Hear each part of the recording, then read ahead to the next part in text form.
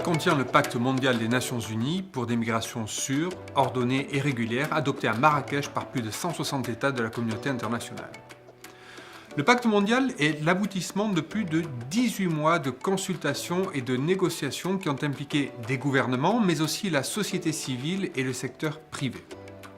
Signé le 10 décembre 2018, ce pacte mondial a suscité beaucoup de discussions, voire d'oppositions, mais que contient-il au juste ? Pour le dire simplement, le pacte est une feuille de route que les États se sont engagés à mettre en œuvre en tenant compte des politiques et priorités nationales.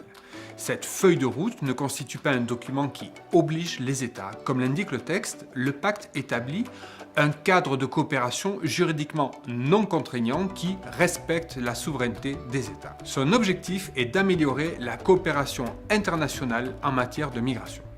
Le pacte mondial s'inscrit dans deux logiques principales. D'une part, celle du respect des droits de l'homme tels que garantis par les textes et conventions adoptés dans le cadre des Nations Unies.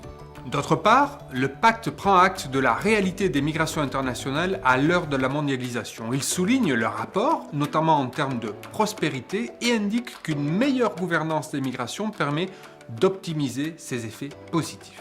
Le texte reconnaît toutefois que les migrations ont indéniablement des répercussions très différentes et parfois imprévisibles sur les États et communautés d'accueil. Sur cette base, le pacte définit le cadre dans lequel la coopération internationale peut désormais se développer. Il comprend 23 objectifs qui sont chacun assortis d'un engagement et de mesures et actions à mettre en œuvre. Concrètement, les objectifs couvrent l'ensemble des questions migratoires, de la collecte d'informations aux politiques de développement en passant par l'immigration légale, la lutte contre l'immigration irrégulière ou encore l'intégration. Comme le dit le texte, c'est une vision à 360 degrés qui est proposée. Ces 23 objectifs sont accompagnés de 187 mesures et actions que les États sont invités à mettre en œuvre à leur rythme et, rappelons-le, selon leurs priorités. Le degré d'engagement des États est variable. Il peut s'agir de développer l'échange d'informations et de bonnes pratiques, de modifier leur législation, par exemple pour ériger le trafic des migrants en infraction pénale, ou encore de conclure des accords avec d'autres États, tels que des accords de réadmission pour faciliter l'éloignement des personnes en situation irrégulière. Enfin, le pacte prévoit un mécanisme intergouvernemental, c'est-à-dire entre les gouvernements, de suivi des progrès réalisés.